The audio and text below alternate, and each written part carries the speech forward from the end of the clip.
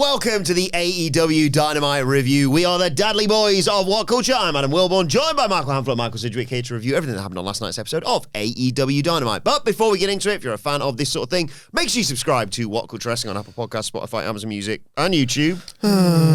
We do daily wrestling podcasts where we not only review AEW Dynamite, but also Monday Night Friday Night SmackDown, the show formerly known as NXT 2.0.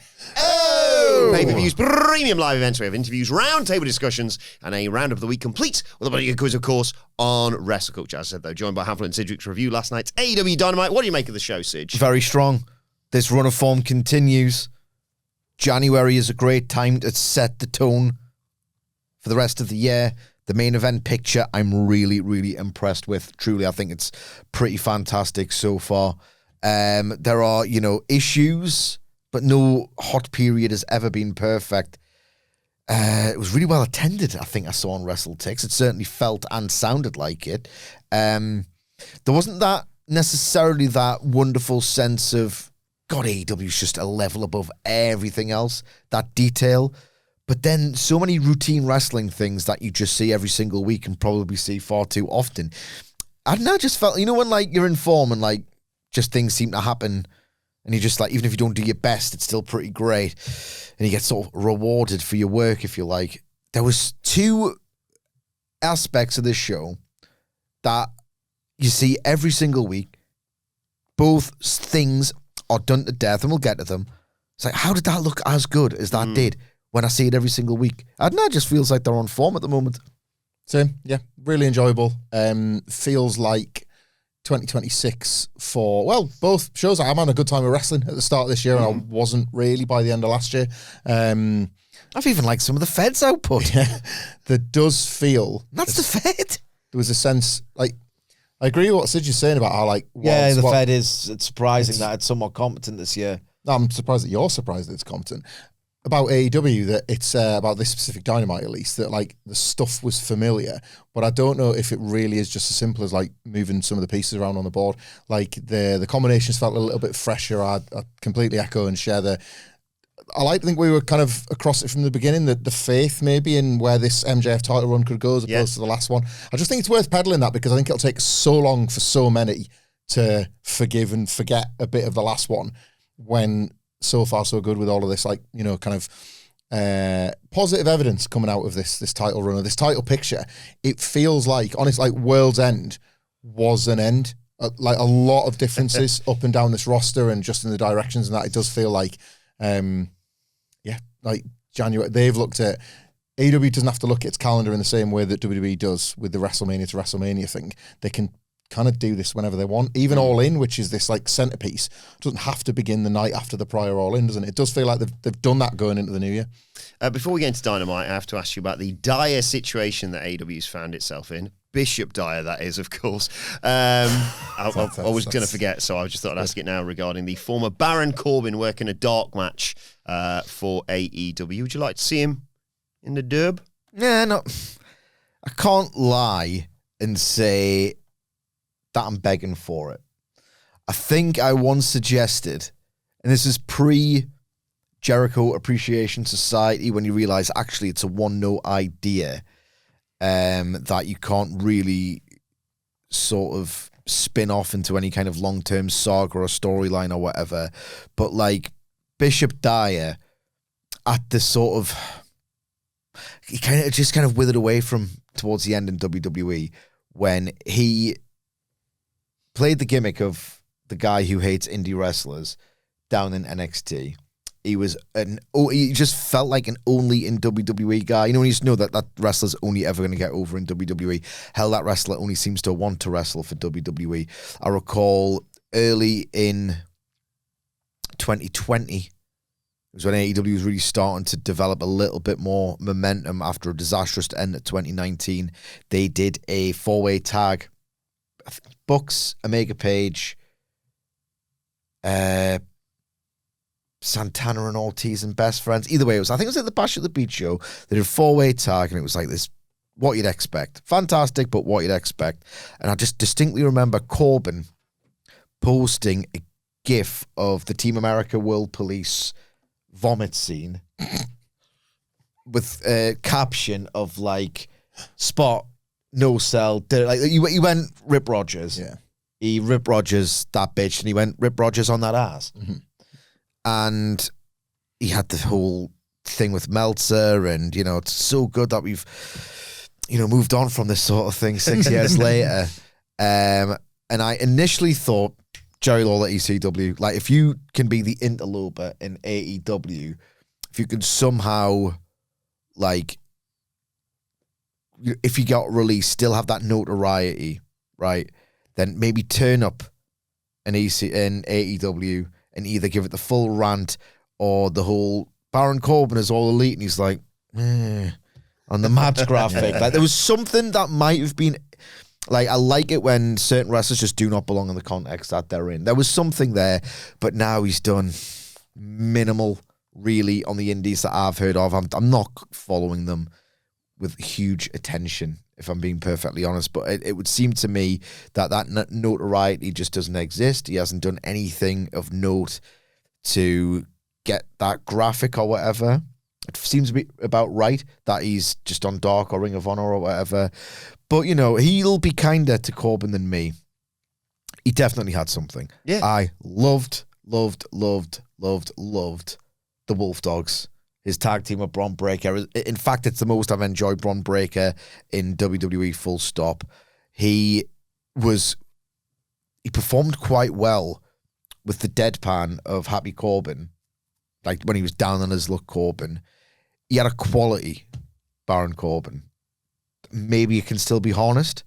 I'm not saying he's irredeemable. I'm just saying do a Cardona-style run before you get an opportunity like this. Yeah, Jim Ross would have called it an upside, but it wasn't a consistent one. You're a big Corbin fan. Yeah, in patches. And that's the point, really. There would be times where I was really into what he was doing, and then it was too easy for him to fade into the background. I'm with you. I think the landscape of wrestling has changed to the point where Murray showed me the image this morning of him in the ring, and it didn't even really scan as a transgression that, like, the former Baron Corbin, now Bishop Dyer, is in an AEW ring. So even that's gone. That sort of him. I don't think there's any sort of rabble-rousing quality to his arrival on a Dark or on any AEW show, really. I genuinely think it was probably because they were in Orlando, Florida, and a bunch of wrestlers live in the state. Yeah. And it was like, almost all of them live in Florida. Yeah, we'll give it a go. And if Dyer fancies getting back into wrestling, like TNA would definitely take him. He's certainly still in it. So we can, no, but like... Yeah, like proper wrestling. If you look at his cage match, he's done bits and bobs for MLW, but he's not had a busy schedule. He seems to be picking and choosing his spots. Tag champs with Dijak, I think Andy said. Yeah, like he's picking and choosing his spots. He's not like just rushed himself back into the scene or anything, or been like one of them wrestlers that has immediately gone back out and tried to get reps or anything. I sense he's a man. He's got like a high fee. Yeah. Yes. And is relatively comfortable to like kind of keep that barrier up as well. Crack on. If he's wanting this as an in and AEW aren't interested, I imagine TNA would snap him up tomorrow. Like name value, and they need people, and they were frigging starting the first AMC show with Elijah and the Hardys, so they're still so-and-so's in the impact zone. They'll never shake that from their DNA, I don't know if it's an indictment on Corbin himself or Dyer himself or wrestling in general. This, I think, is a little bit of a non-story now. Put it this way, I'm actually shocked that we've been asked to lead with this. That says it all for me. Yeah. Well, let's get into Dynamite then. Shocked and appalled.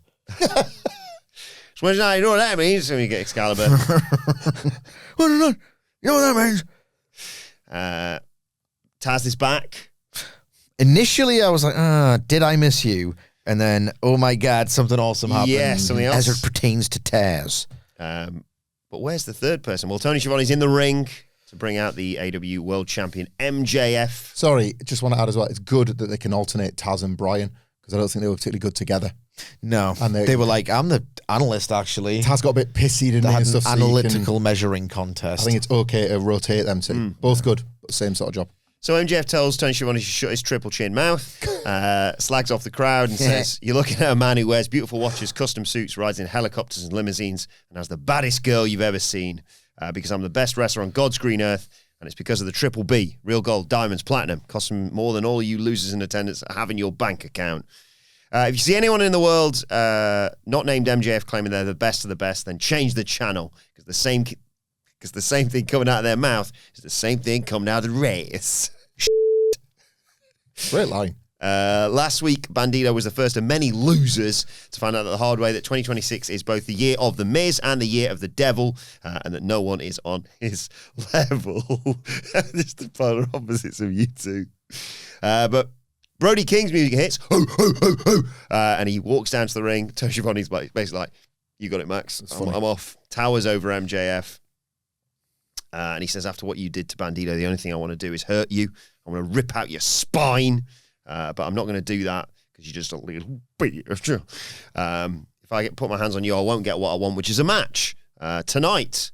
And MJF says, "Interesting proposition. Guys, be quiet. Let me think about this." No. Not because I'm afraid, but I get it. You bark, the more bark back. When I think about you, a phrase comes to mind. All bark, no bite. On what grounds I love this line. On what grounds do you think you deserve a shot? You've just been beating jobbers. Who did he face last week again? In the past few weeks. Until you beat elite talent, that match won't be taking place. And then he's like, "But I want to make one thing clear. If you ever interrupt the champion again, then we've got a problem." Sort of suddenly, it's great comedic timing. Eye to eye with him. He's like, maybe don't point my finger directly in your chest. I'm off. King barks. MJF hightails it up the entranceway. I was like, "Hit my music." I thought MJF, before the interruption, even by his standards, was like the rhythm of the promo was magnificent. The confidence that he exuded was just otherworldly. He felt like the real deal. Like, we've had several false dawns with MJF where you know how talented he is. And if you're not like incredibly fickle, you know that there was always... He still might be the most purely charismatic man in professional wrestling, and I include every one of the default bigger WWE superstars in this. Like, in terms of pure charisma, promo ability, like star power, like the old-fashioned stuff, I still think he is the most purely charismatic guy in the entire sport by a considerable distance. But then there were certain feuds where you think, that was good. Is he back? It's not so over anymore, but is he back really?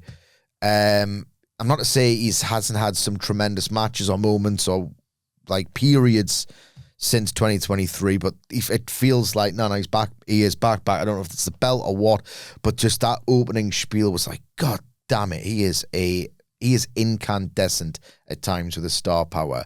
I wasn't as high on the Brody King segment of it, and I don't necessarily blame either of them, even though Brody King isn't an amazing promo, but there was a recognition of that. This wasn't one of those, and it still might happen, but I wouldn't. This wasn't one of those MJF minute by minutes are incredible, so let's have him out there for 20 minutes. Yes. You know, volleys. They didn't expose Brody King, but like even in these limited appearances where the whole idea is come out, convey threat, say bitch because it's a good cheat code, and then have MJF cower. Like, I don't think the audience... It's weird because Brody King's been so over in almost every building. This building was otherwise loud, but like they were sort of kind of begging you, come on, bark. Come on, you're practically a bunch of animals anyway down in Florida, so barking should be easy for you, and yet they couldn't do it. So it baffled me. I was fully baffed. Brody King's almost soft-spoken. When he's not barking, he doesn't have the voice that matches the body. I did like his enunciation of the word bitch. Nice little bit of deadpan, like just very dithering, dismissive as opposed to like, yeah. But they were kind of fighting the crowd, like, come on, man. You've liked Brody King for a long time. Give us a bit more than this. So, but the good news is he's not, on a pay-per-view cycle. But the good news, I guess, is the match will be great when it happens, or at the very least fascinating. And MJF does feel back. Yeah, it was so satisfying watching MJF talk. It was in like a flow state, wasn't it? You knew he wasn't going to stumble on any of his words. You knew that as he kind of like ploughed through one great line, there was another one right around the corner. You could just feel it. It's hypnotic when he's... Yeah, so satisfying. And then when he's on top as well, it's something different when you're watching a champion perform like that rather than a challenger or rather than somebody that's on the road to it, because you want a kind of like, not just because I think we're fans of him, but like you want to feel vindicated as somebody watching the show that the top guy is the top guy. Yeah. The comparisons were obvious to someone like especially with Shivani, Ric Flair in the spaceship era in the 80s, but he was the same in that regard. It was like, well, there is no doubt in anybody's mind why he's the one wearing the belt. It's a nice feeling. It means that the booking's like on track as well. If the top guy actually feels and presents like the top guy. I made the point last year when there was a certain, I think it must have been with Hangman back and forth, where MJF, the best thing for him, if he wasn't going to win the world title and have it for a long time and sort of like, you know, rehab his image as the top guy, give him like one of the other ones, and like, while you're at it, take some of the other ones away. Because the reason why he was so irresistible and everyone was like, he's the next big thing in pro wrestling, is because he was just so cocksure. Like, he was so confident, like borderline narcissistic in his arrogance. It was his destiny to be the biggest pro wrestling star, born for it, all these things. Then he sort of, and that's a modern wrestling thing that I understand why they do it. I kind of wish they would all stop now. The character development fixation. You've got Jey Uso in a Hallmark movie now. It's like, what are we doing? Like, can you not just be the best and just prove it week after week, you know? I think there was like a bit too much in the way of, like, I almost dread when I know someone's in for a character development arc in pro wrestling now. Feels overdone. It doesn't really feel like the medium for that kind of storytelling. There was a bit of that with MJF last year. He is at his absolute best when he knows how good he is and when he's just rubbing it in front of your faces. The contrast was difficult for Brody King here. We joke about, you ever heard Hammer from Gladiators talk? No. This guy's a like gorgeous long-haired Adonis, as like a lot of gladiators are. It's called Hammer because he carries a big fucking hammer. And Only one with a gimmick. Yeah, but it's like a physical thing. You know. Well, Electra can control lightning, can't she? Yeah. But like, but he's introduced in the second season and all that. And it's like, wow, like Hammer. I already love this first slate of Gladiators, but Hammer's here now. Yeah. He's like, I'm going to climb wall. And you're like, whoa. You're kind of like killing the gimmick, Hammer. Yeah. You smash people with that. Let's give the old Ole Anderson. Yeah. You want a piece of me? I'm a Hammer. You want a piece of me? Falls over and drops a hammer. But yeah, it was a bit of that. A bit of that from Brody King. Like, and just because obviously it was following on from last week where he had his Stumbo Bumbo, and then there was none of that this week. But you can't help how you speak, and that's kind of the charm of him when he's not in a serious program. Is this guy that looks serious as out when he's kicking ass, but he's this gentle giant in real life. Like, and he's like when he's on stage, like with his band as well. He's like, he's the nicest guy in the world. And I go out there and he's like, I'll kick everybody's ass, and like the contrast is fun, but. You know, when you're in this mini program for the belt, you've got to find that extra gear. Maybe MJF will help him. Maybe these are reps for Brody King, aren't they? Getting out there. And that's 2 weeks in a row where he's had to. There is that naive wrestling fan, and we've all been there once upon a time. Some of us still are. Odd times where it's like, you know, they wrestle well and they can do whatever. They should be in the main event. Yeah.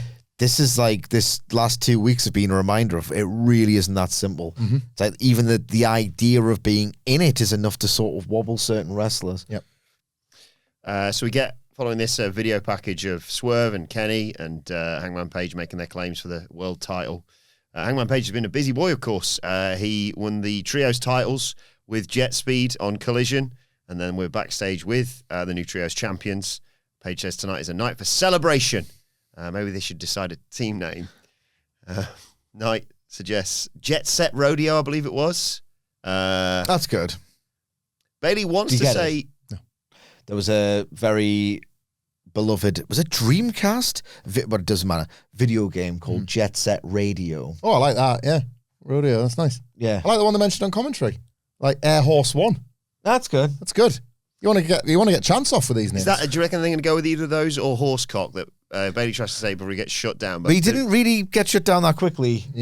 No, I had one, but it requires you to have a knowledge of early 2000s Little Blighty's attempt to do a bit of new metal stuff. Go on. Raging Speed Horse. Good.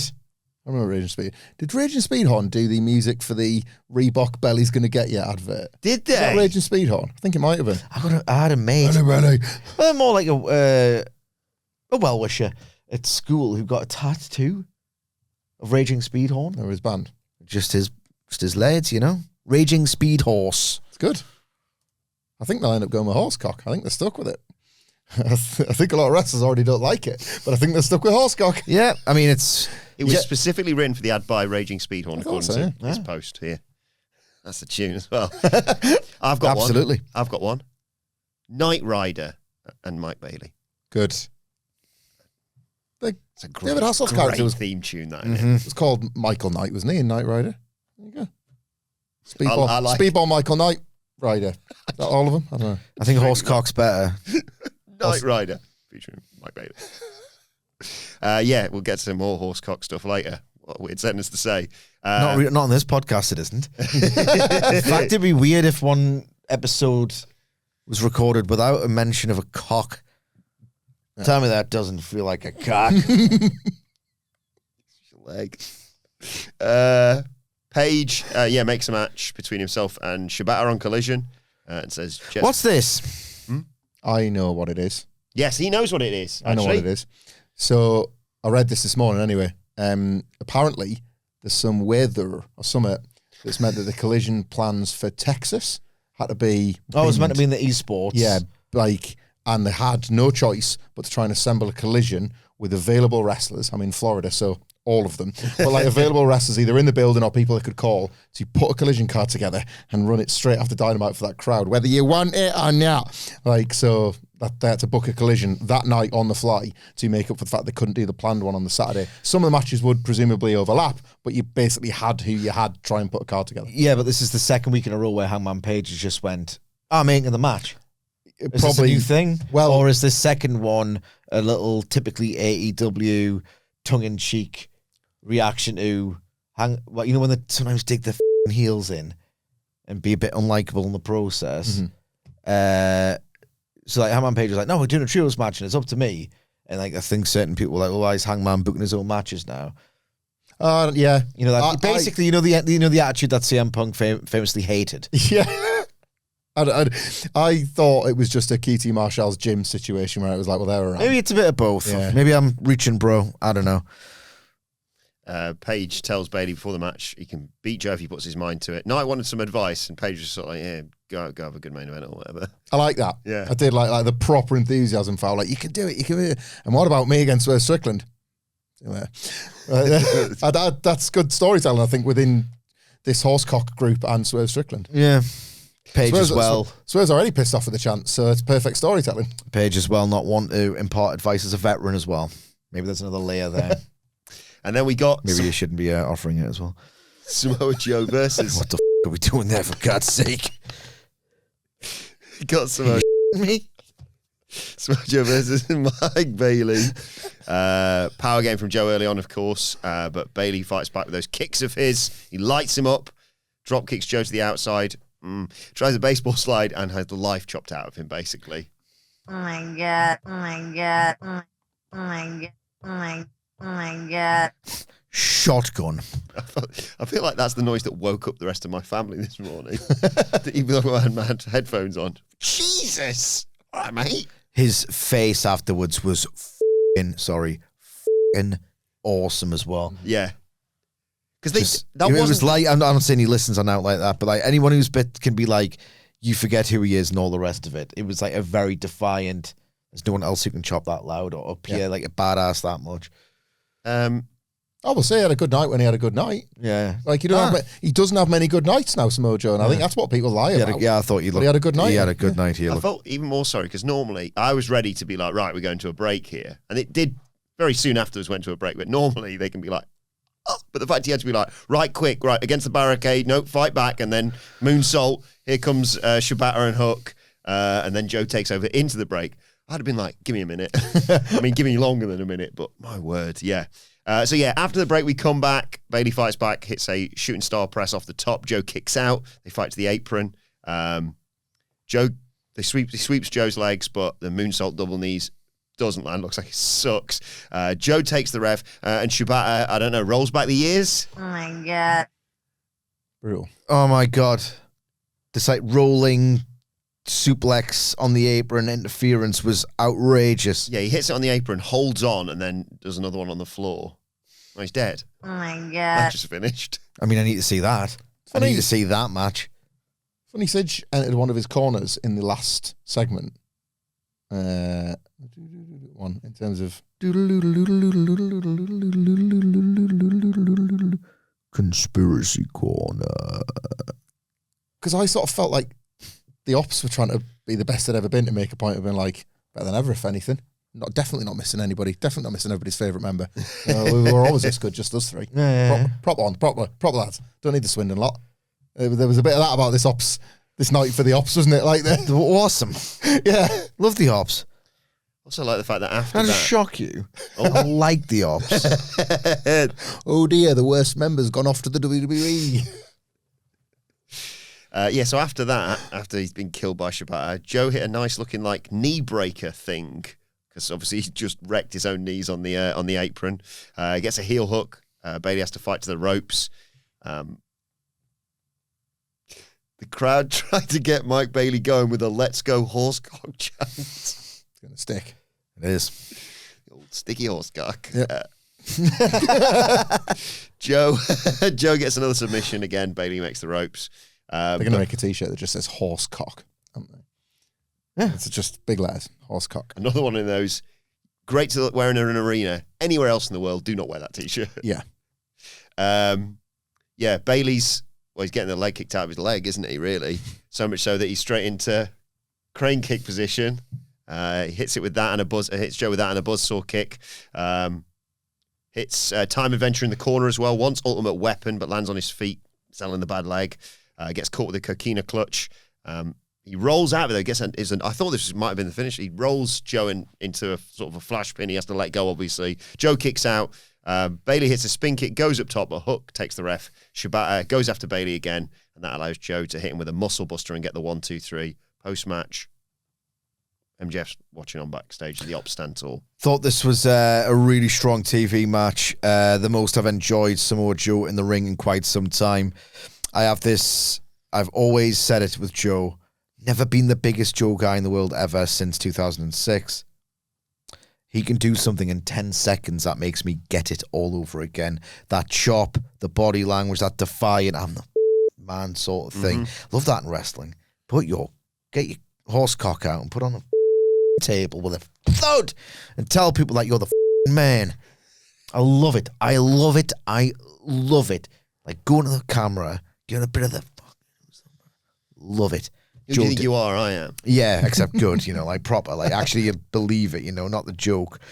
I love that bit of body language. Really thought the match was strong, dramatic. Shibata was just incredible on the outside, and it's like we often say like interference spots. I don't care. I know the body did something wrong. Ooh, I'll see it again on the next show. But that was awesome. Like I still mourn the fact that they couldn't, because of injury, do Darby versus Speedball in the C2, because in Darby Allin you have a guy who, if you have a bad match against Darby Allin, quit. Go on, get it. Get the hell out, because you ain't built for this business, boy. You can't. It's impossible. You should be embarrassed if you have a bad match against Darby Allin. Speedball, Mike Bailey is that wrestler. Like, you can't, provided you can. And I understand the sort of being numb to it, but provided you can do that, you can kick, fly, do head drop moves and all the rest of it, you can do it all, provided you won't completely detach from that and you can stomach that sort of hybrid stuff still. You can't have a bad match. The guy's absolutely awesome. Imagine if you put the two wrestlers on that AEW roster, and yes, there's Fletcher and Ospreay, but I just mean like, the likes of Fletcher and Ospreay, I guess, don't wrestle quite as much. Like Bailey's one of those. He's on a Collision wherever, almost every single week it would seem. He is I need Bailey versus Darby. Just the two wrestlers who can't have bad matches against anyone and make anyone look awesome. I need to see them. Surely they're both going to stay babyface. You'd expect you have to put them both in the C2 again this year. Yeah, like I was so on Mike Bailey in a second, but I was so impressed with Samoa Joe, like bouncing off what Bailey could give him here, because he did.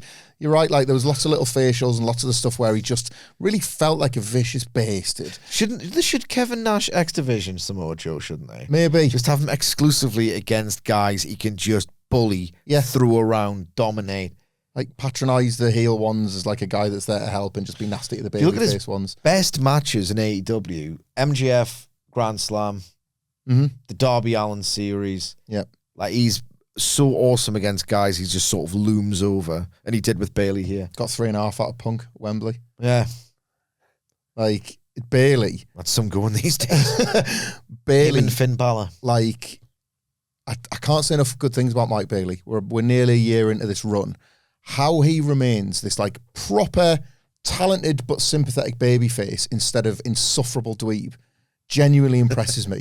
Like maybe I'm just too old or long in the tooth, whatever. But I see a guy like Mike Bailey, and I'd seen a guy like Mike Bailey sell or work in such a way where I was just like impressed, like equal parts impressed by the stuff that he can do that is superhuman, and then massively put off by the particular style he chooses and the particular faces he pulls. And it's the last thing I want to watch 95% of the time. And yet in AEW, I don't know if it's because of the people he's been put against, his consistency, like one of the best wrestlers in AEW in 2025, Speedball Mike Bailey. Oh, aye. JetSpeed, one of the success stories of AEW's year, all of that. He continues to do it. There's Will Ospreay is probably the most, is in some respects AEW's best ever signing in how quickly he adapted to the weekly television model in a way that few of us thought he could do. Bailey isn't far below that for me in just how much they continue to get out of him. I proper thought 3 months if you're lucky, and we'll be sick of the sight of Mike Bailey, and you'll be like, He's too good. You've done it again. He's too good for that. What followed was a street fight. The Death Riders, Mox, Garcia, and Outta versus the Don Callis family, represented here by Lance Archer, Rocky Romero, and of course, Hechicero! Did they all try and do that a bit at one point? A little bit. Yeah. Stuff. Like your bit. The family brought weapons for this, but Mox goes straight after them on the ramp. Brawls with Archer. They go into the crowd. Garcia put a trash can on Hechicero's leg and stomped on it, put an ankle lock on. Hechicero was like, I'll tap out, thanks. But obviously, it's not false count anywhere, anything like that. When we get into the ring, after they've brawled around the arena, there's locomotion corner clotheslines from Death Riders. There's a tope by Outta on Archer. It hits him, and he just goes, pick you up. Chokeslams him through the timekeeper's table. Oh my God. Archer had his good night. He did, didn't he? That's 2026. Dick. See you in 2027.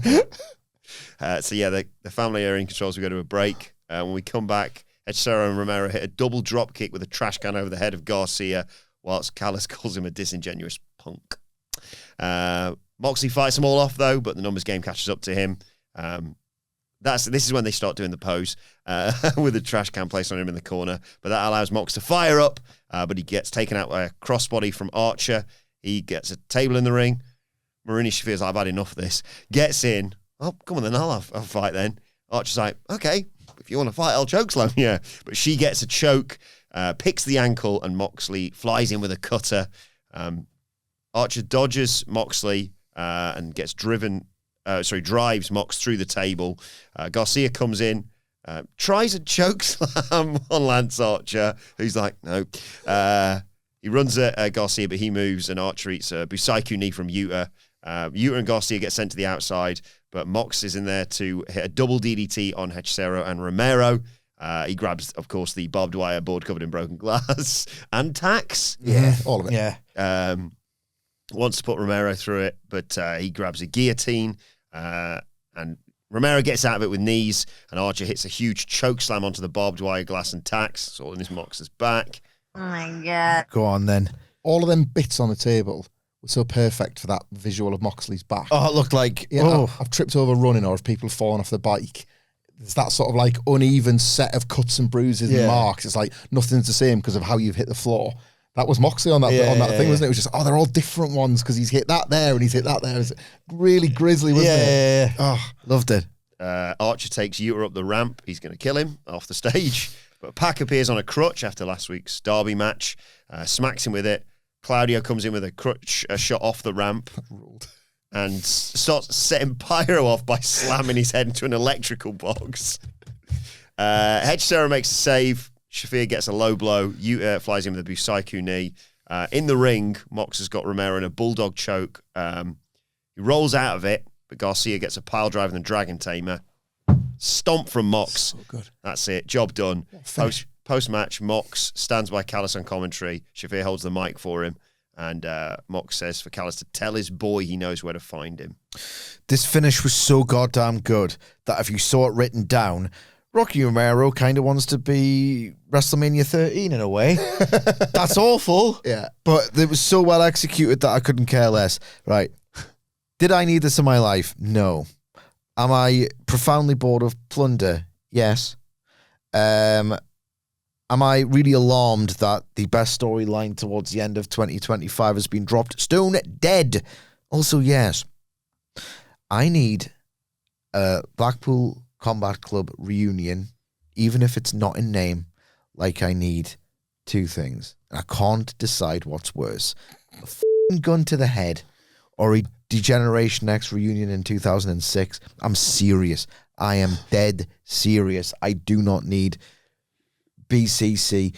It just, like the tweenerification of Moxley and Danielson was not good at all. Like what you could have done instead of those sort of like, they'll do good matches, wilderness years, like narratively of 2023 and 2020. It was just like, what are we doing really with these, with Danielson? He's just kind of like this poor-faced tweener who likes being hard when he's like, he's one of the best heels and or baby faces ever. I'll just do neither of those. That's what we'll do. That's what we'll do with the best of all time in the twilight of his career. They started hammering the best wrestler in there as well to make the point of it. And let him be the best then. Yeah, like, be a baby face against in one feud and then a heel in the other. Yeah. Everyone does that. What?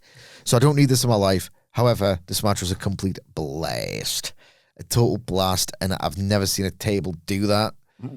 Like, I need to see Wheeler Yuta versus Lance Archer in a tables match next, just in case they've got this, like, weird table magic together. Absolute, I was like, whoa. I felt like an idiot. I felt like a happy idiot. A happy, spoiled, fat, you want fries with that, you fat idiot, watching this. Like, do you want another plunder match, do you? Yes. I know it's not good for me.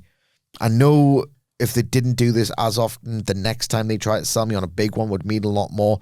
All my analytical instincts tell me, is this match really a good idea? I want fries with it, okay? Yeah, I want fries. No. I think this is my favourite TV match of the year. Really? Really. It was awesome, like. I loved it, but it's how...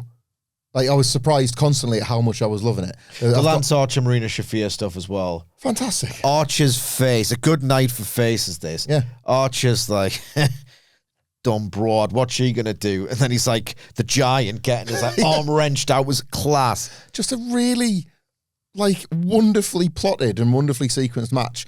I had, like, this is not a match that I went into expecting to really enjoy. Quite the opposite, you know?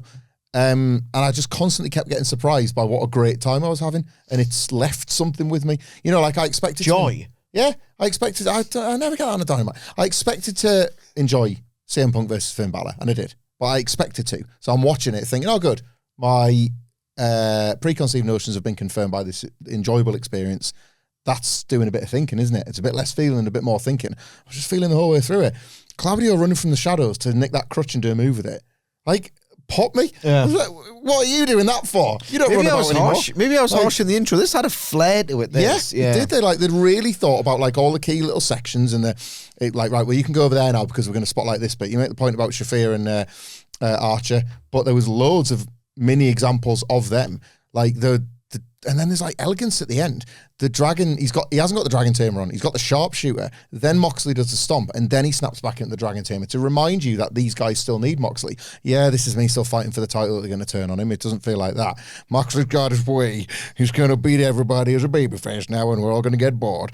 But like right now, while I'm still holding on to some hope that there is a storyline coming, they're still serving that storyline by Moxley being this figure that can not only win the match for the little guys, which, by the way, Yuta and Garcia being booked as little guys that are just constantly trying to chop down the Lance Archer tree was really elegantly placed throughout the match. Yuta, these rare nights where like he dials back the Dominic Mysterio and dials up the worker that everybody loved from a couple of years ago. Again, you can't do it all the time, which is why this BCC thing won't work. But when you get the special occasion ones, because you're so used to him being a red bastard, it's really fun. It's Dom at WrestleMania last year. It's like, go on then. Like you get that feeling back for Wheeler again.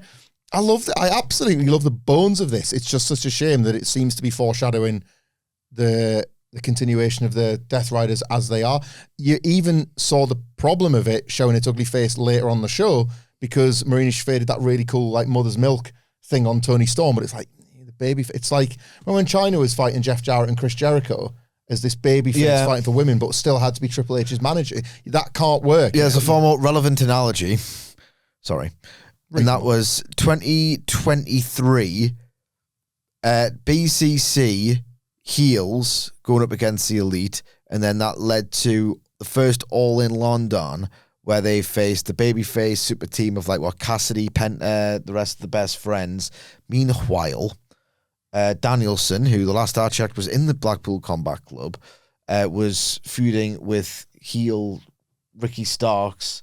Oh God, yeah, as a substitute for Punk, CM Punk, and then there was another one where it's like I'm sure it was Danielson and like Big Bill and Ricky Starks. It was like, the faces of the what? Well, last week I got it with Darby and Pac. It was that sense of like, because there's been no turn, I'm now starting to be invited to just like accept and enjoy the it's Death a bit Riders. Fluid. Darby had to do it. He did have to beat Pac, but there was a bit that sense of like, it's good that it's not just total trad US wrestling where it's like baby faces have to fight the heels and like there's a difference between being fluid and textured and complex than what they did with the BCC and what they appear to be doing with the BCC again. Like the best example is that Hangman Page arc before I kind of got a little bit bored of him. But like 6 years of genius pretty much is like, it's pretty good going, where it was like he would do heelish actions because he thought of himself as the bad guy. Like that little wrinkle. Then he felt lost in violence and what had happened to him rather than a real desire to do it and to revel in it, Like there was no joy in it. There was no traditional heel like swiveling the hips and telling people to suck your cock, your horse cock. I told you we'd get to it by ourselves, didn't I? Yeah. Shafir is wearing it well. She just doesn't like people dicking around and wants to do something about it. She feels like that as part of mega problems with Megan Bayne and thus doesn't care for Tony Storm. The promo that set this up, she was just like, stupid pussies, and just wanted to beat up the Don Callis family. So she is actually wearing it well, but it was jarring later on to be like, there she is, back out playing the heel. What's John's group? Yeah. Loved this. I loved it. I'm fun as hell. I'm sick of all of this in theory, on paper. Loved all of it in execution. What's this? A women's section not next to the women's match. You could tell there was weather problems in Texas when having to rebook stuff on the fly. But we see Tekla there with the Sisters of Sin, who are of course toxic. Dude, it good. Tekla notes that Stat hands out title shots to everyone else, but then when I pin her, she says, "What are you going to do about it?" Tell you what, she says, "Have 1 week to live and be with your family before I take care of your stupid alien ass." Next week, I want a title shot. Julia Hart says, "Oh, I've just remembered, I never got a TBS title rematch when I lost to Willow, so I'll have that as well." And Sky Blue says, "This is the year of sin." And then it's the Miz, actually. And then Tekla says, "If you like the taste of toxic, drown in it before spitting at the camera." What was that noise you just did? Just nothing. No, just no. Like just. What was it? Say the line again. Yeah. Okay. Tekla says, "If you like the taste of toxic, drown in it before spitting at the camera." Oh. So you enjoyed the segment and the performance? Yeah, excited for this title match, obviously. Take it off Stat. That'll wind everyone up in the comments, won't it? They won't change the title, but they should. They should. This has got like that Willow Mercedes This has thing gone on where- long enough. Yeah, it's got the Willow Mercedes thing where it doesn't have to be the long pay-per-view build, doesn't have to be the big capital M moment. There's a title change here, but I don't think they're going to book it. I think, like, no. The AEW women's division has been designed to give you the fuzzies for way too long now. And, like, I get it, Willow Nightingale even gets me to do that, okay? But enough's enough. Like, aren't Tony Storm and Mina Shirakawa in love? Oh, isn't Willow Nightingale an incredibly rare and necessary force for good in an otherwise hellscape of a world? Yeah, but still. Oh. You know what I mean? And, Willow and Chris Statlander, they're back together. Oh, right. Get some heat. It's wrestling. Isn't it? That's the last time I checked. That's what the W stands for, is it not? Get some heat. What was Arn Anderson's? The marquee on the name says wrestling. Yeah. Oh, God. You do Get it, Rick. Tekla to take the title off Statlander, and while she's down there, spit in her face. So that could be a regular character trait for her. I'm assuming a lot of people online would like that. Would you like a little bit of a surprise to go along with this? Sounds like we're going to get one. Well, it's time for this week's AEW Gooner Comment Of the week. Yes! So basically, Tyler, there are some people who do not follow our WWE coverage who will need some context here. Yes, and once again, shout out to James It's a bad idea. for naming this. It's just the one. I'll explain in a second. They So, don't gotta laugh, these people. Come on, guys. So you just told him what we're about to do is not a good idea. Do you think insulting the entire listeners come viewers is a good idea? Yeah, I do actually, yeah, because I need talent sometimes. Like, have a laugh. Shut up, man. Have a laugh with your wrestling. Just saying. So, I mean, you gotta have a laugh. So way back many, many moons ago, we used to do the 5-star review, which was basically just something had happened, and then we get to Gooner comments. Now we've just cut out that part of it and just gone straight to the Gooner You comments. need to skip something from Raw, and there's nothing skippable on Raw anymore. Other than the entire broadcast. But yes, shout out to James for naming them the WWE Gooniverse recently. And I just find some... For AEW, we need an equivalent, so I would suggest AEW where the pests wrestle with their cock. Very nice. It's really good. Yeah. Really good. So, yeah, long story short, The tug instead of the dub. Also good. I went on the lookout for a... Tekla spit MP4s. Well, I was looking at that and I was looking at the comments. Tekla.spit.wav. Just the audio. Get on the soundboard. I was basically looking to see if there was any... I wish it was the camera comments. I didn't find that, but I did find this one from Mac. Yeah, how many comments have you got just out of interest? Just the one, just this one from Mac. All right, okay. Because Mac is in his bio, week for Liv Morgan, Priscilla Kelly, Elena Black, Alexandra Daddario, Haley Steinfeld, Sydney Sweeney, Sabrina Carpenter, etc. Etc. And Mac saw this segment with Tekla and writes, it's been quite a while since I stroked for her. Might need to make up for that now.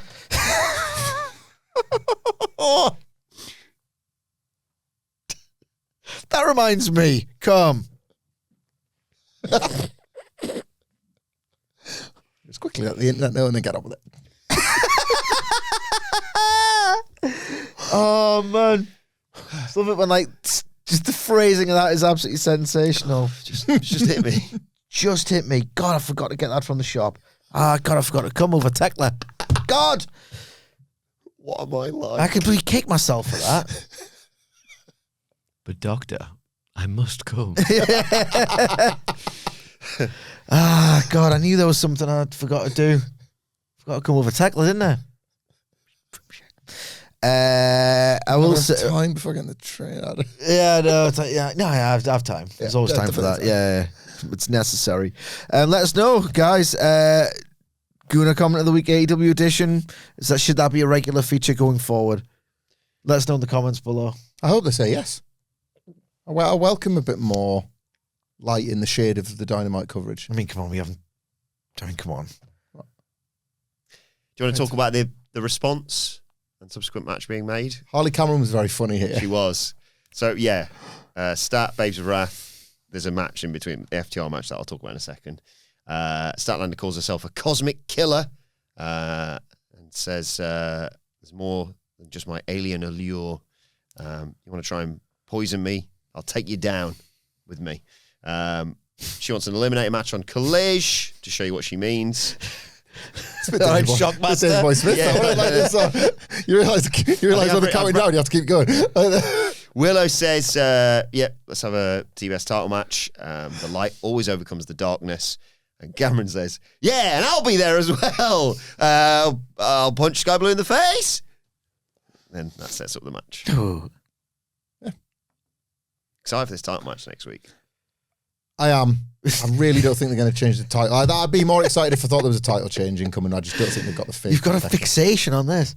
You're actually fixated with the idea of removing this title from Chris Statlander. And I get it, but you can't go a sentence without saying it. It's fixations with a lot of title changes. I'm big into titles changing hands and pieces being thrown in the air in 2026. That's my thing. And I'm getting some of it as well. I'm getting, not quite enough, but I'm getting some of it. Speaking of title matches next week, ahead of taking...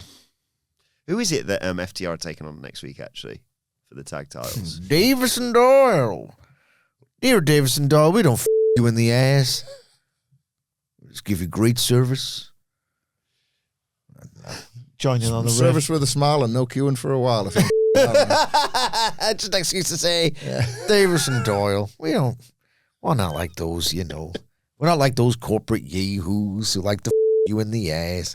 Any coincidence you had the best table bump you've seen in months this week? Nope, because Davis and Doyle constructed it before the show. That table was not going to you in the ass. We don't do any of this pussy Slim Jim shit here at Davis and Doyle. None of that pussy shit, because we don't you in the ass here at Davis and Doyle. Some hardware stores might sell candy and meat sticks, but not Davis and Doyle. Simply tools. So ahead of that, FTR had a match with Jordan Oliver and Alec Price. They make their entrance, but Stokes there, cutting all that off. He hopes Davis and Doyle are watching, because this is what they're in for next week. And also, visit helpbigstoke.com. Still injured. Don't you want to just looks at him. Good work from Excalibur putting over the indie work of Oliver and Price as well. Whilst Tony Schiavone says, I've known this lad for ages. Anyway, they do well early on against FTR. It's quite a nice story they told of like FTR being like, right, we'll just... And then, bloody hell. Double topes from Oliver and Price. Back inside, Wheeler eats a big double stomp off the top from Oliver. Price makes the tag, but he gets turned inside out by a lariat. FTR isolate Price. They wanted a powerplex, but Price hit a springboard Hurricane Rana on Wheeler before he could jump for the splash. And Oliver collapsed onto Harwood trying to superplex and got a nice 2 count. But in the end, Price missed a springboard. Harwood caught a kick, flipped him over, and planted him with the shat machine for the 1, 2, 3. The shat machine? I know what a shatter machine is. What's a shat machine? I don't believe what it makes him do with the it doesn't sound particularly pleasant, does it? Sid got hit with it at WrestleMania 13. Yeah. Now my stupid brain and what this podcast in this room has done to me is now I'm thinking of other fecal-related professional wrestling finishes. What was that list? The Fujiwara armbar. That's really good. I haven't got one a day now. That's Diarrhea view. That's really good as well. Yes. Fart shooter.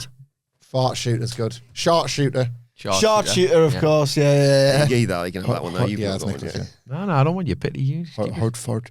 It's got to be more. Come on. It's got to be loads of them. You're of them. laughing at your own cock up there, aren't you? Look at you. Chris Shatlander.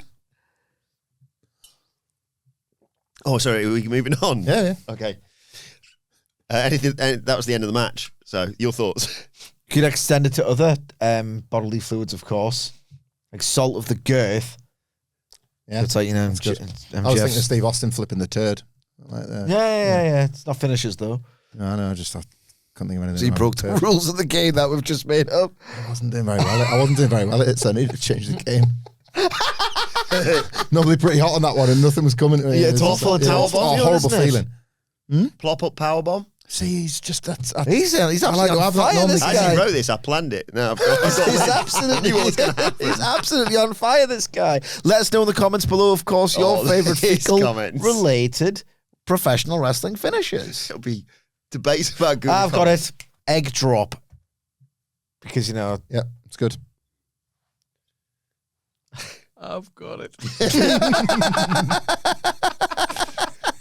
What do you make of this? I thought he said it. I said it. I meant it as well. You were there first. This was good. This was good. I'm predisposed to really judge these little fellas coming in trying to get wrestling contracts in 2026. But FTR gave them a night. This was exactly how it should have gone. Yeah, how it should have gone to the letter, to the move, to the frame. One tease, one moment where you're supposed to feel like, oh, the heels haven't taken them seriously enough.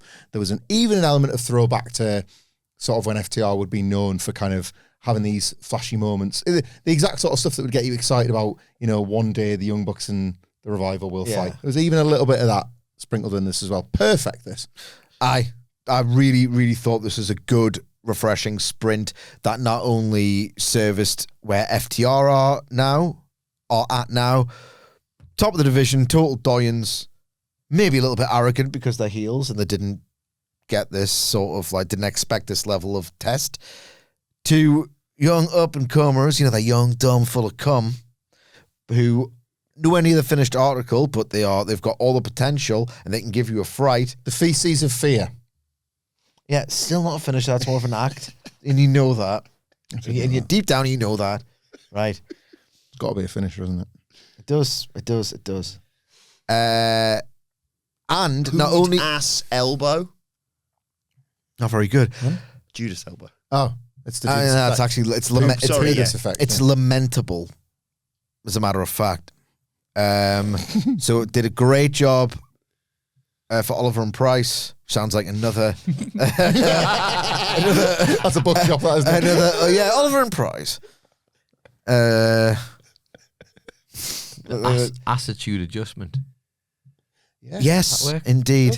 And it also was good. STF poo. Submission. That's a finish. It's a finish. It's a submission. You can have impact and submission finishes. Everyone knows this. Kind of had poo already.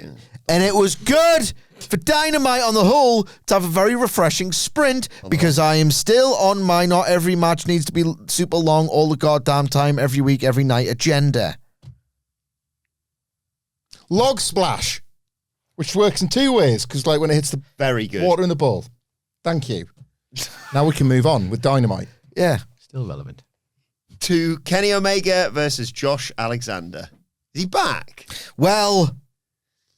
He is back, obviously. I thought he looked physically better. He looks like he did up against Takeshita last year. It ain't the same. How are you pinballing around the ring, you unbelievable, unprecedented athlete? And yet, you're never going to get that again. The best you can hope for is, we've been here before. We have been here before. But, go through the rundown first. Yeah, Omega. Which I'll definitely listen to and not try and think of. I was watching him when you were talking. Like looking in a mirror. He's not hearing a word here. He's just waiting until Sidge finishes talking. I didn't have one. But that's where I'm not now though. I've drawn a little mental line now because I too want to. You've achieved now. You've done the game. You've drawn a brown line under it, and now moving on. Yeah. So Omega gets attacked during his entrance. Sends the steps. Alexander exposes the concrete, but Omega fights back. Sweet chin poo zig.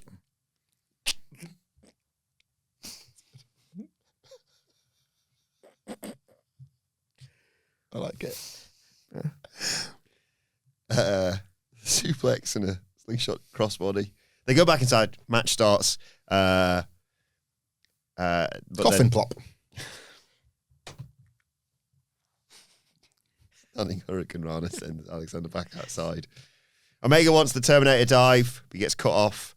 And that has a world's strongest slam on the apron, takes to a break by Alexander. Tombstone Piles driver. Right. Very good. Thank you. Like, stop winning now. You know, you've made, I think you sufficiently made your point. Clothesline from Smell. Yes. Very good. Again, Great I think the game's done now. We called it 2 minutes ago. I'm scared as I go through this. I've written some names of moves down, and that's going to throw people off. So I'm going to just try and power through it. Yeah, Alexander gets a fireman's carry out of the The corner. Stainmaker. That's excellent. Thank you. Really good.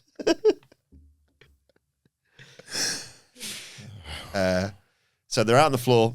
Alexander wanted a body slam on the exposed concrete, but Omega posted Alexander and hit a Snapdragon, and then he hits his Terminator dive, but looked like he ate it as well on the concrete. God. Sorry, Kenny, man. Yeah. It's your fault for being such a beast. Omega wanted a V-trigger, but Alexander fights back with an Enziguri. He wants a suplex, but they spill over the top as he goes for that, and both crash hard. They fight out there. Alexander goes to the eyes, so Omega smashes his face into the commentary table and chases Don Callis into the crowd. That allows Alexander to grab an ankle lock and smash the ankle onto the apron and get a dragon screw through the ropes and that running crossbody you talked about yesterday to the back. Callis returns to commentary, hugging Alexander, telling him to bring it home to Daddy. I love how he's calling himself Daddy. Yeah. It's so good. Real creepy. But that delay has allowed Omega to recover. Huge V-trigger when Alexander gets back in there. One winged angel, 1, 2, 3. Again, MJF watching in the back. Omega grabs a mic post-match and says, you struck while the iron's hot when I wasn't 100%, but I'm happy to report in my new home of Orlando for a wrestler. This is as good as he's felt in years. There's not a member of the Callis family who can beat him. You can try to beat me now or lick your wounds and wait until I'm world champion. And he hits Or never again. That is option C. You know, we don't have to do it. You know, you can just say, I'm done with this now. Yeah. I will say, in answer to your question, I don't know yet, right? Because Kenny Omega, I tweeted this, hopefully the mega fans will forgive me. I'm pretty sure everyone's just deserted X, and justifiably so, but, you know, whatever. I tweeted, Kenny Omega in January is like a cruel glimpse at an open and shut Wrestler of the Year case. It just so happens that in 2023, 2023 and 2025, Kenny Omega, maybe a match or two either side of it, has sort of returned or made like a delayed return from significant, very lengthy injury, surgery, what have you, illness. January 2023, so he's come back at full gear and he's had the best of 7 in late 2022. Then he has the Ospreay match on January 4th, where it's like, oh, right, he's doing a singles thing as well, and he's coming back to be the best big match wrestler of the world all over again. And as the year unfolds, he has the Vikingo match, he has the second Ospreay match, and then he starts to, even if you watch the Ospreay match, the second one, his body just looks different. It just doesn't look as lean and as shredded, and his movement's not the same. And then by the time 2023 goes on, it's like, oh, he's in a trios match at All In. He's doing trios matches at All Out as well. Ooh, what's going on? And you're probably thinking, oh, he can't push himself to do those singles matches anymore. 2025, he comes back against Gabe Kidd, and it's sensational. And it's one of the best feel the crowd. It's almost the perfect performance that from Kenny Omega against Gabe Kidd, because he takes the two contrasting sort of approaches, I guess, that like mythical, even though it happened, but you know, it feels mythical now, that old school, don't call a thing. What does the crowd think? Okay, I'll do what you want. Where he's like, right, okay, they're actually feeling Gabe Kidd more here, and I'm seen as an interlope and not the big match returning Kenny. I'll just be a complete dick to one of the young lions, like in a really sort of like nasty, dismissive way. And he also had this incredible modern state of the art complex, write it all down matches at the exact same time, and then his body just kind of collapses throughout the year, and it's really quite hard to watch. So what I'm saying is, you can never, ever, with Kenny Omega in January, make that as he can't set the tone anymore, because he pushes himself too much, and his body is what it is now. So I'm trying to be, this is how my mind works. When I get excited or encouraged by something, I just try and shoot it down. But I'm trying to shoot it down using precedent to say, like, we've been here before. Like, I'm trying not to get too excited about it, but he looked the business here. Physically, like, some of the bumps he was willing to take in this were kind of outrageous. I'm like, you don't have to do it in a TV match. But he picked his spots. This didn't go too long. But some of the bumps he took were like, Christ almighty, he's doing so much for Josh Alexander here. He looked the business. I really like the story tool. It was like a perfect little TV match. This, without being blow away great, and it's not going to remotely trouble TV match of the year standings, let alone full on match of the year. Hopefully that is to come from Omega. But I just love the idea of just that little bit of detail, and it's nothing you've never seen before. But having Josh Alexander attack him before the bell, A, gives the match a really hot start. B, puts them on an even keel, which you wouldn't have really believed had it just done the full introductions, because with all due respect to Josh Alexander, who's had a run that people can be a bit dismissive of, really.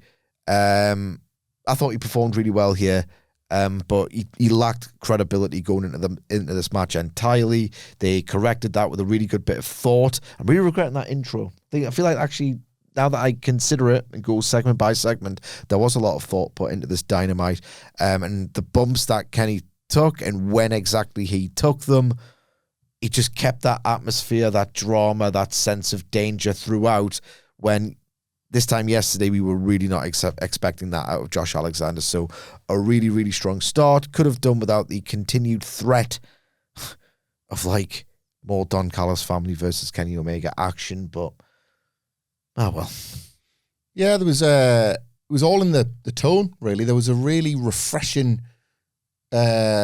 confidence to this match. There was the sort of the consideration, the development of the story, and how Alexander could stay on top of a Kenny Omega. But in doing so, what they did was they sort of undersold Kenny's like, he's lived as a guy working from underneath since his return, and they undersold that here, and I quite liked it. I liked it. There was a renewed gloss to Kenny Omega, where it turns out that you can just, this wasn't like the perfect example of one of our little things that we talk about, but there was a little bit of a, sorry about that. Sorry. Like, they've tried the Kenny Omega always has to fight underneath for the rest of his life on account of the fact he nearly died in a diverticulitis.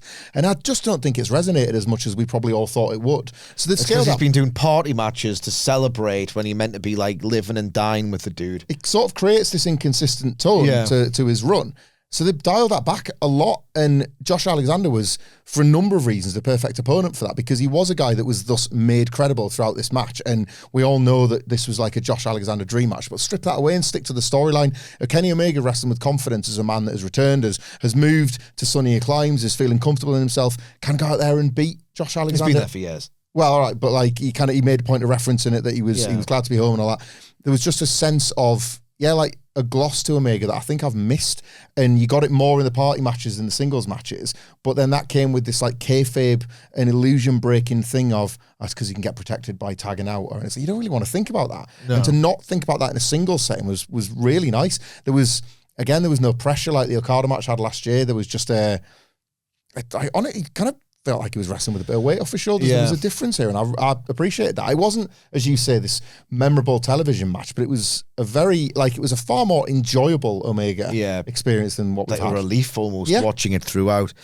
Now's as good a time as any to talk about how all this factors into the world title picture and MJF. What I really like about this MJF deal right now at the moment is, yes, he's clearly going for the territory champion model, where he's going to the indies and and he's got, like, a raft of challenges, and he's the man you have to get through to be the man, you have to beat the man, etc. Like, it's very Flair, it's very good as well.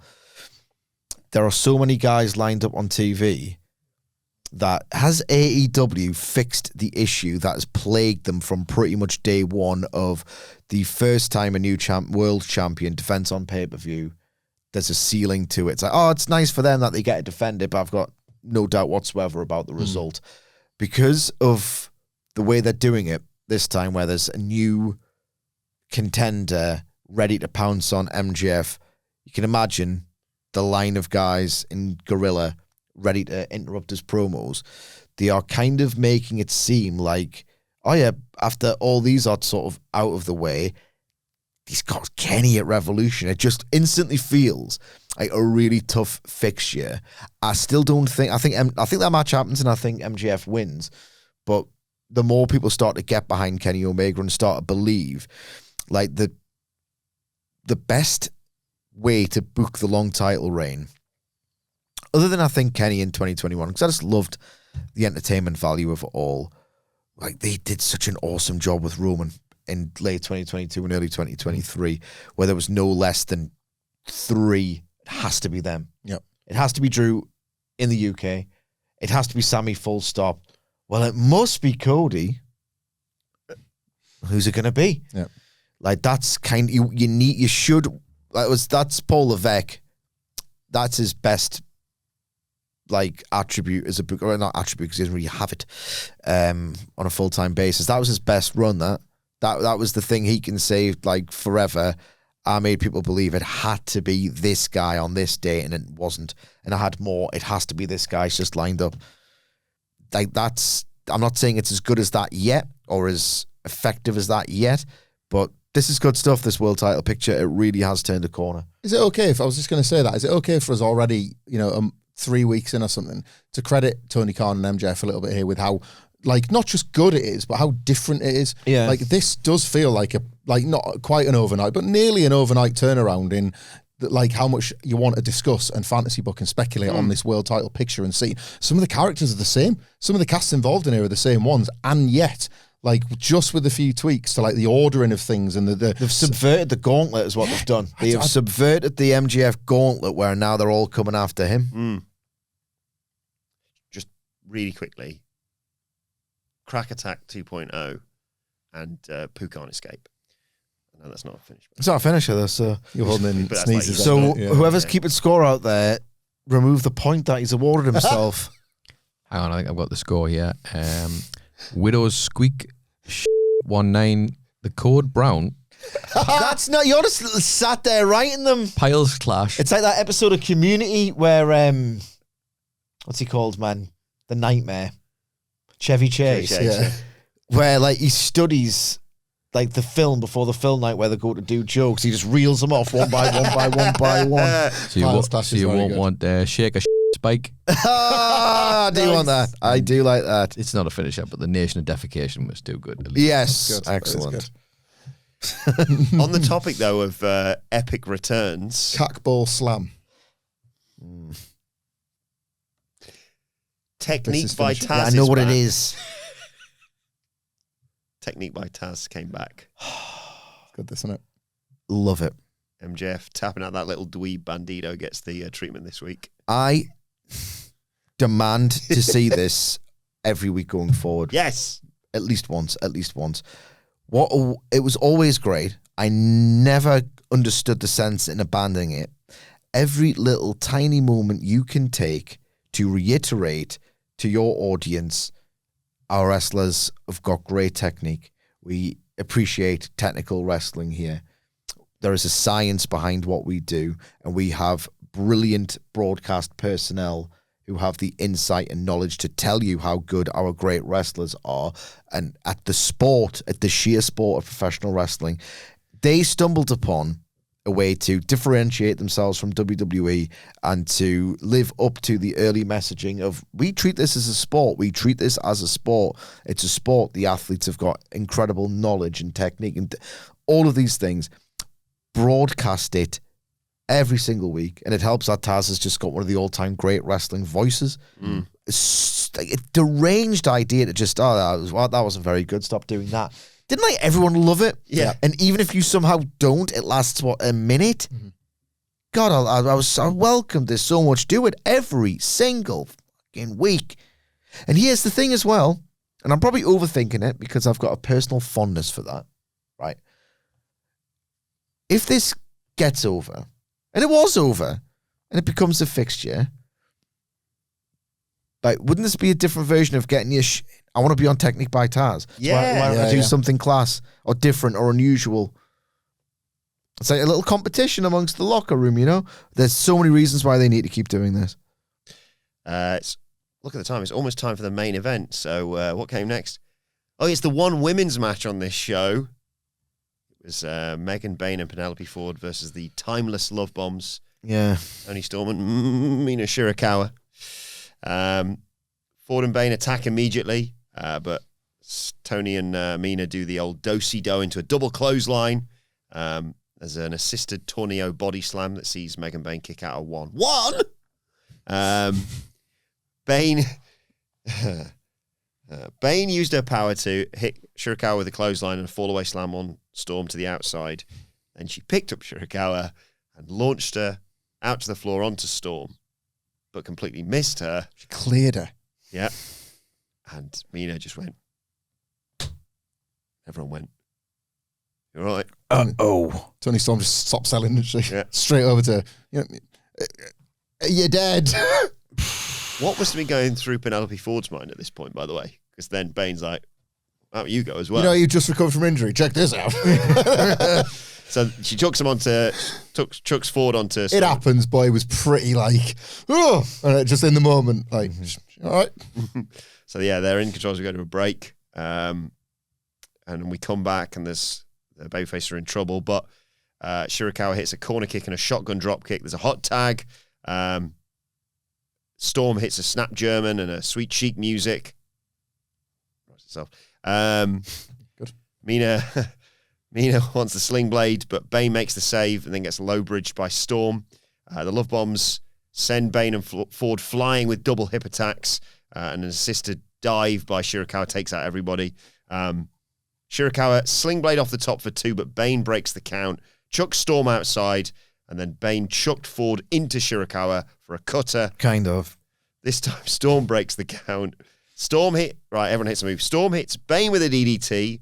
Ford hits Storm with a cutter. Shirakawa takes out Ford with a spinning back fist. She wants the figure 4, but takes too long, and Bayne comes in with a lariat.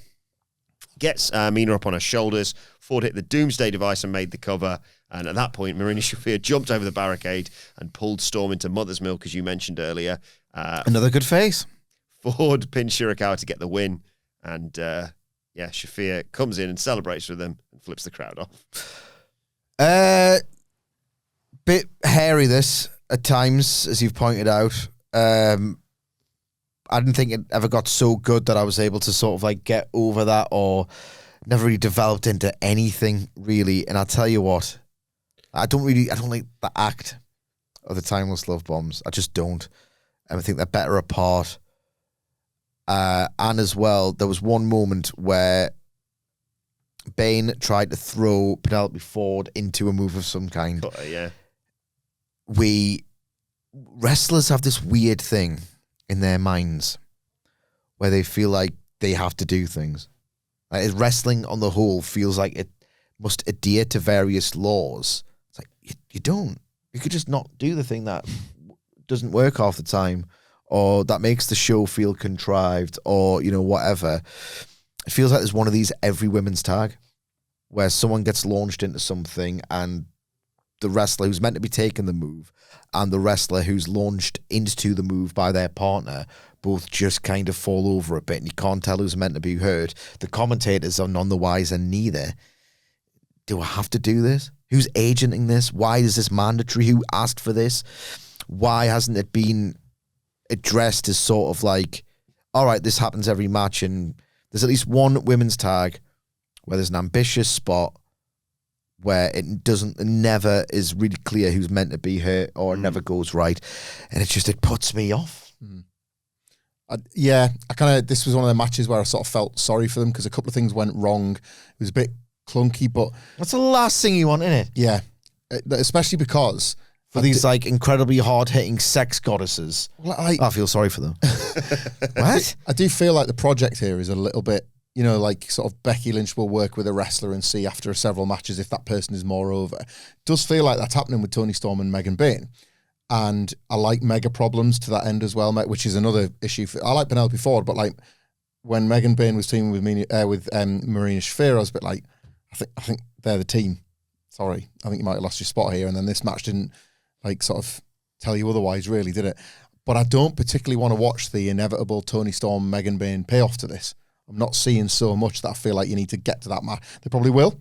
Megan Bayne will probably beat Toni Storm, and they can look at it and say, job done. They've potentially prepped Megan Bayne as a title challenger. Maybe, as I said yesterday, that these two will go for the tag belts, and that's the direction for it. Not wasted time, but I just don't think they're doing as good a job as they would have imagined when the bell rings. There's a few combinations of matches that should work that haven't. Yeah. And this was another one of them. I don't like the Timeless Love Bombs one bit. I didn't like it when they were named as such because it was the Sidgwick Noise team name. Like, I like Mina Shirakawa, but she's just not a top level star, and it's having the reverse effect that it's supposed to have, where like it's not Timeless Toni Storm's dust is brushing off on her, it's the other way around. I'm sure it is, darling. Yeah, dragging her into like mid-card fair. Just, I don't like seeing stars get diminished, and I think it's happening a lot with Toni Storm. That was the one women's match on the card. Just before we have to get to the name of the game. Sidge, Charge my phone. we have to get to the aim of the game. Don't have to. Don't know why wrestling podcasts feel the need to do these things, or wrestling podcasters feel the need to do these things, but it's been reliably informed it's a popular feature. It's our campaign. Yeah. We're doing it for the greater good. Mm-hmm. Yeah. It really sounds ridiculous and half-hearted when I say it like that, but, we do want it to be better. What do you think happens first? Two continuous, not continuous, but, like, I don't want to say consecutive, but like a regular couple of matches on Dynamite for the women, or that Man United fan cuts his hair? I think the Man United fan cuts is fair because they're going to get the Carricks at the wheel. Sorry. Oh,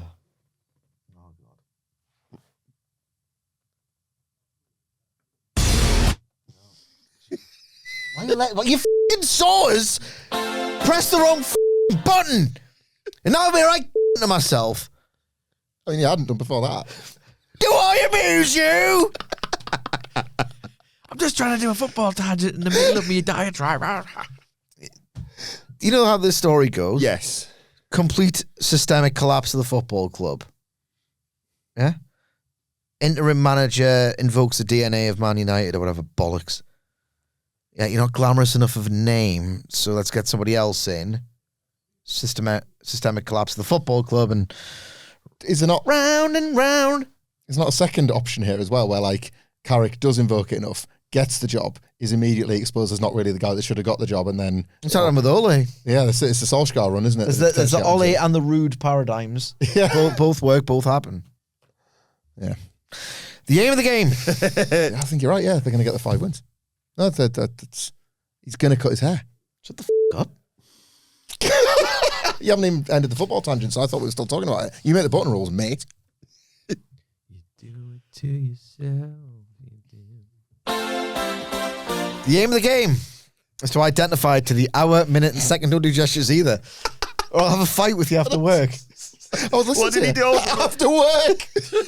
I'll get you. Tell everybody. I'll get you after work. Sidgwick and Hamflett are going to fight after school. I'll get you after work. I know for a fact you're a bitch. You said it yesterday. And I think it's also so nice that if you had a thought of he's not really doing much damage here, you wouldn't. No, it'd be a living nightmare if I kicked your ass. I don't think it works professionally after that.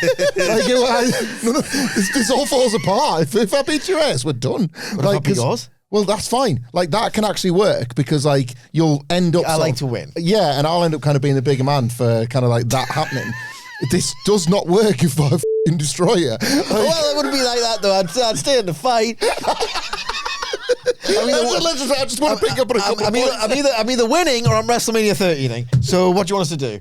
Okay? It's not going to be a squash. I'm good. And I was just thinking, hey, you can have whichever way you want it, mate. That's, what do you need? You'd let us win. I'll do business. The aim of the game is to identify to the hour, minute, and second the first time you hear the first note for the first entrance scene for the first woman to come out and compete in the only women's match on Dynamite. The idea being, God damn it, if we can get it to the second, it's going to underscore, italicize, and put in bold the pattern. The pattern that has been implemented for nearly 7 years at this point. The pattern of obligation. Okay, that's a new one, but we're going to go with it. Because, and as much as they try and tinker with this, and as much as they try and, fool you, more often than not, and deep down they always want to do this, they put the one women's match in that 1 hour 20, 1 hour 25 minute range, yeah? With the idea being, God damn it, if we don't put women's wrestling on the show, the Wokes will kick off, right? Mm-hmm. But then whomever at AEW, come Warner, we haven't really got to the heart of who's at fault here. We're just on the periphery of the conspiracy theory, right?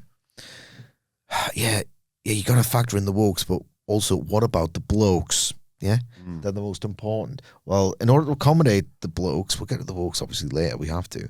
But in order to accommodate the blokes, first hour, wall-to-wall balls, you wouldn't even think there was any chicks on this show, really, in the ring at least, for that first hour more often than not, right?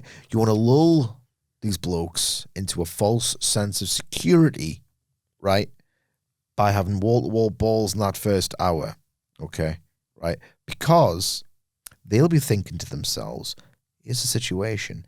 Ugh, chicks. Yes. However, we've already invested a good hour in this, so might as well wait for the main event, sunk cost fallacy, etc., etc. But you do, it's 2026, you do, and it's 2019, it's still going on. You do have to accommodate the Wokes. Do you have to? But yes, otherwise, we'll get cancelled. Things of that nature.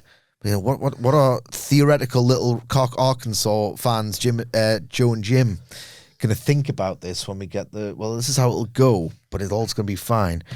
Well, check it out, ring girls. No, Jim, they're not there. I keep stressing this to you every single week. They're not here to, shake the breasts and, get people like you drooling. What do you mean people like me? Huh? Be that as it may, they're here to wrestle.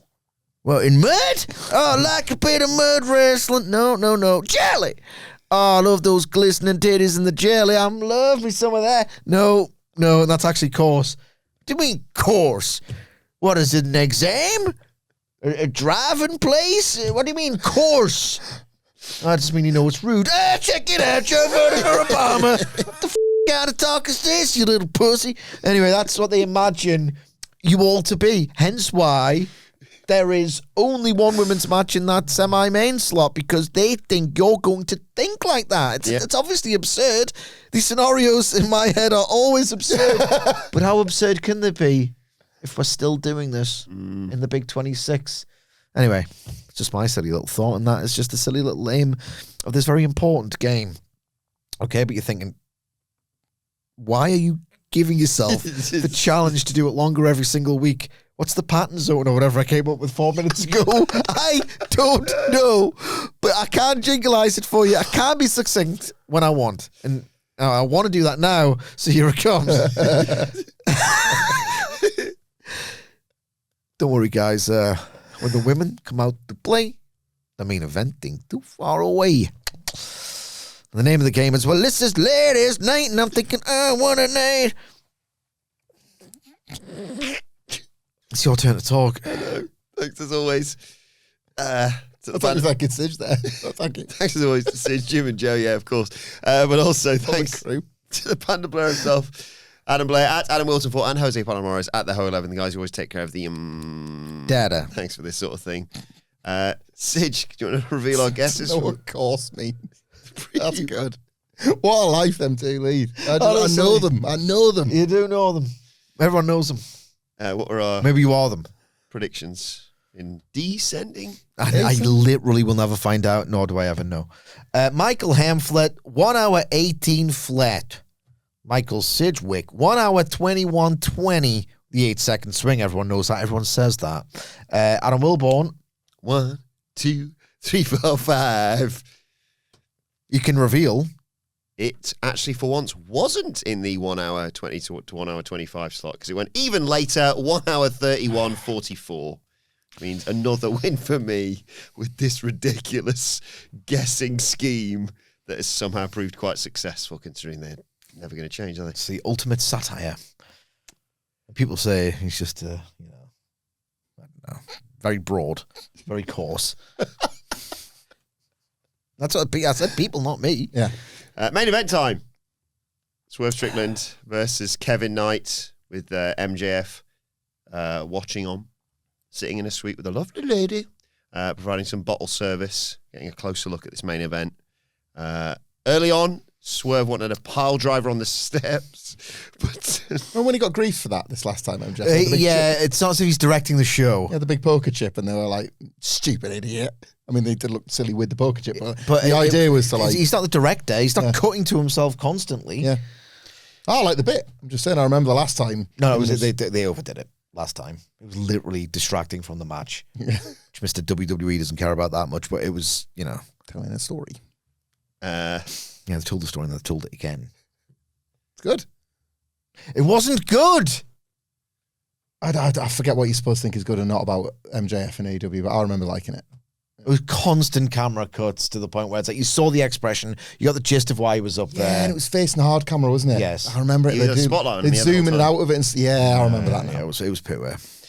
so Knight hit a backdrop to the Who? floor and springing drop kick off the apron to take us to a break with MJF. Looking kind The of La impressive. Smell lock. Yeah. Nodding sagely. Yes. Swerve takes back over when we come back. He hits a reverse torture rack backbreaker and a diving uppercut from the corner. And then he hits the griddy because Kevin Knight had hit one earlier on. But Knight fights back, missed the rolling frog splash. That allowed Swerve to hit a rolling flatliner instead. He wanted the house call, but Knight dodged that and got a frog splash for 2. Swerve hangs him up top, though. Big boot, attempted superplex, but Knight flips out into a sunset flip bomb and rolling DDT for a nice 2 count. This is when MJF's like, wrap it up to Kevin Knight. They fight on the apron. Knight wanted another DDT, but Swerve gets in with a DVD right on the edge of the ring. He's going to chuck him back inside, but then he stops and hits a pile driver on the barricade. And Knight only just makes the count back in, but he comes straight into position where Swerve can hit a 450 splash to his back and gets a dragon sleeper. But Knight gets out of that, hits a huge Hurricane Rana, a coast-to-coast and a UFO splash. But in the process of rolling him up or grabbing his legs to pin him, Swerve's foot is in the ropes. And Swerve gets up, or he's on his knees smiling. Knight hit house call, wants the fireman's carry, but Swerve floats out of that, and they trade shots, pump knees. Knight wants a lariat, but at the same time, Swerve hit a house call in midair, vertebreaker, big pressure, 1, 2, 3. Really enjoyed this. I think it was a bit lower than online consensus, and I don't know if I just think too much about this kind of stuff. Daniel Garcia was excellent at this once upon a time. He doesn't do it quite as much. AEW is so good when they tell these sorts of stories at getting their younger wrestlers to either experience a harsh lesson at the hands of a bigger star or to make in-ring mistakes. And again, it goes to that sporting storytelling model that I wish they would do more often. And in fact, really, they're kind of at this point doing more often than not. It's the trappings of the presentation I have an issue with. Like, I remember, Daniel Garcia would lean too far back into his sharpshooter. Moxley would be able to get him with a choke. I remember Nick Wayne had this match with Darby Allin, which he kind of treated as, before the heel turn, which he treated as an exhibition. And Darby Allin was like, no, this is, put your big boy pants on, dickhead. This is AEW. It's national cable television. And he stamped on Nick Wayne's head. It's like, I'm going to have to kick your ass, pal. It's not an exhibition. I'm not rolling around the ring at the wrestling school here. It's like, come on. And then that's sort of like, oh, he's a dickhead. I should go with Christian Cage, actually. Seems like a nice mentor figure. They're really good at having their young wrestlers wrestle young, There's an element of that here. The problem is that very few, if any, of those wrestlers have reached the main event where you've completed that journey. So when you see, I've got this natural, at a remove, it'd be so awesome if someone like Nick Wayne was in an amazing position right now, or Daniel Garcia. So when I see, and that's what this match was kind of premised on, of like, I want to see you in that main event someday, and I believe you can get there. I don't. Not through Kevin Knight's individual talent or potential. It's because I've never seen it yet, really, in this kind of arc. They've had young world champions, younger than the Fed. I don't know. But but you know what I mean? They've never really told the story to conclusion. Yeah, no. So I'm naturally at remove when I see it done in front of me again. Perfect in 2019. It doesn't work now. Yeah, exactly, yeah. I thought the action was stellar, but a lot more dramatic than I thought would be. Kevin Knight remains so good. And he's got the potential to do it. Probably more than Garcia at this point. But, I didn't buy it all the way because we've been here before. Swerve was good here. Few little subtle moments. He was a little dickhead as well. And really important to that for the story they're telling My note us. says Swerve survives Kevin Knight, basically. Yeah. There was a couple of times when he was just a bit like needlessly spiteful, and that's a specific thing you don't have to do when you're wrestling your new mate's championship partner. Like he's already ruffled the hair about saying you're going to be in the main event one day, kid. So that when he gets his cage rattled a little bit, he immediately just turns the arsehole up to 11, and then it's also Hangman's mate he's doing it to. There's a nice bit of overlapping going on. This was not just that match for that match's sake within the current where all these wrestlers sit. Swerve does feel the one, if you were going to pick one from this current crop of baby faces to turn heel, or at least embrace his heelish tendencies again, because he sees he sees the same people MJF sees in terms of this title picture. So he's you can believe that character is assessing the landscape and thinking, right, well, I know I can be a dickhead again if I have to be. I'm not frightened of that version of myself. And you only saw flashes of it here, but I think if you'd have seen any more, it would have betrayed who he's trying to be for Knight as well. Mm-hmm. He's trying to be that role model figure as much as he's trying to beat him in this match. So he could only betray it to a certain degree. I could see him being a lot nastier to Mike Bailey. And it creates the same problem with Hangman. So you could book that as well. Hey, good kids.